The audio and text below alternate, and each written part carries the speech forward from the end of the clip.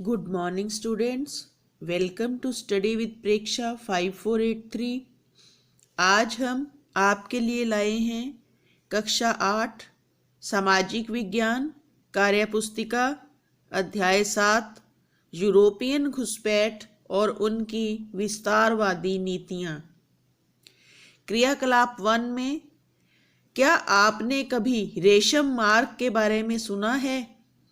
आओ जाने ये रेशम मार्ग क्या होता था और इस मार्ग से कौन कौन से देशों के व्यापारिक संबंध थे।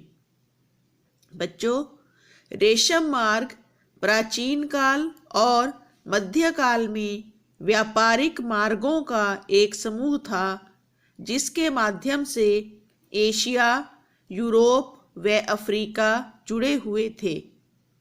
इसका प्रमुख भाग चीन से मध्य एशिया व फिर यूरोप जाता था।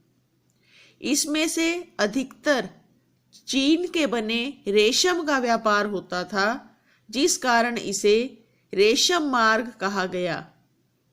इसकी एक शाखा भारत की ओर आती थी और भारत से मसालों का व्यापार और सूती और रेशमी वस्त्रों का व्यापार भी इसी मार्ग से होता था। अगले प्रश्न में भारत आने के लिए समुद्री मार्ग की खोज क्यों करनी पड़ी? क्योंकि ये जो रेशम मार्ग था ये 6500 किलोमीटर लंबा था और अधिकतर ये स्थल मार्ग था। लेकिन समुद्री मार्ग की खोज क्यों करनी पड़ी जब हमारे पास पहले से ही एक अच्छा खासा स्थल मार्ग था?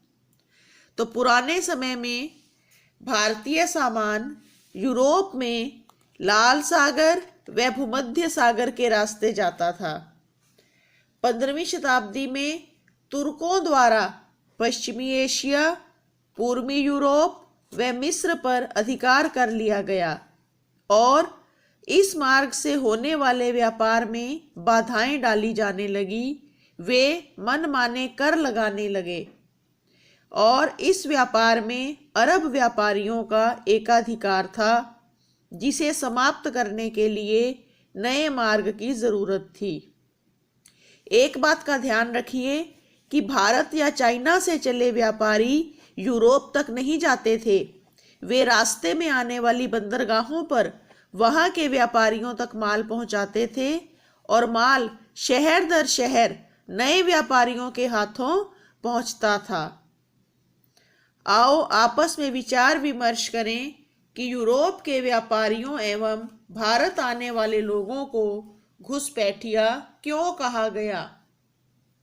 भारत आने वाले यूरोप के व्यापारियों और लोगों को घुसपैठिया इसलिए कहा गया क्योंकि उन्होंने व्यापार के नाम पर लूट मचाई, भारतीय सभ्यता और संस्कृति का अपमान किया। उन्होंने ईसाई धर्म का प्रचार किया और भारतीय धर्मों का अपमान किया। अपनी पुस्तक के अध्याय 7 पृष्ठ संख्या 82 पर देखकर विचार कर बताइए कि शुरुआती दौर में यूरोपियन कंपनियों ने कहां-कहां बस्तियां बसाई। 1498 में पुर्तगाली भारत आए। उन्होंने कालीकट, कन्नूर, पुलिकट, गोवा, दमन, दीव, बंबई, नागपट्टनम और हुगली में बस्तियां बसाई। उनके बाद डच आए, हॉलैंड के निवासी। इन्होंने सूरत, कोचीन, बालासोर, बारानगर, जिसे बड़नगर भी कहते हैं, और कासिम बाजार में अपनी बस्तियां बनाई। आपस में चर्चा कीजिए कि ये यूरोपियन घुसपैठिए किस प्रकार भारत पर अपना प्रभाव जमा लेते हैं। तो भारतीय शासकों में दूरदर्शिता, राजनीतिक सूझबूझ व राष्ट्रवाद की भावना की कमी थी। उनमें परस्पर विद्वेष व निजी महत्वाकांक्षाओं के चलते एकता नहीं थी। और तीसरे, यूरोपियन व्यापारिक नीतियों में चतुर थे। यूरोपियन शक्तियां आपस में क्यों लड़ी और इस संघर्ष में अंग्रेज क्यों विजयी हुए? भारत के मसालों, सूती व रेशमी कपड़े हाथीदांत व हस्तकला के नमूनों की यूरोप में बहुत मांग थी। इस मांग को पूरा करने के लिए यूरोपियन शक्तियों में व्यापार पर एकाधिकार जमाने के लिए संघर्ष हुआ।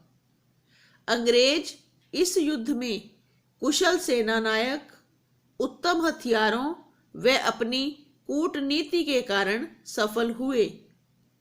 प्लासी के युद्ध में जो षड्यंत्र व कूटनीति की गई वो कैसी थी?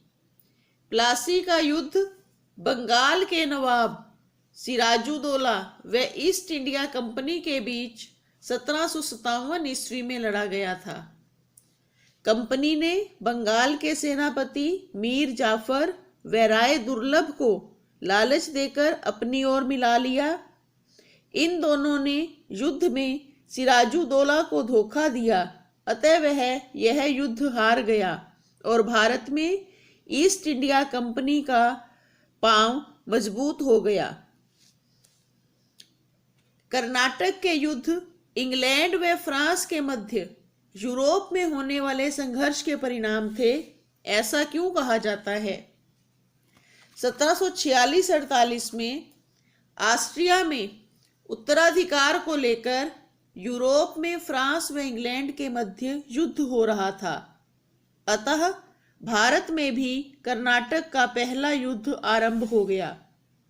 1748 में एक्स-ला-शैपेल की संधि के बाद यह युद्ध यूरोप और भारत दोनों में समाप्त हो गया और ऐसे ही जब जब भी यूरोप में फ्रांस और इंग्लैंड में युद्ध हुआ, भारत में भी ये दोनों शक्तियां आपस में लड़ पड़ी।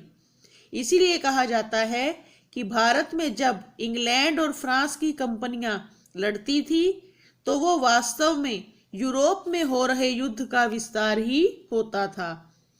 इसका अगला भाग दूसरे वीडियो में आएगा। तब तक देखते रहें स्टडी विद प्रेक्षा 5483। धन्यवाद।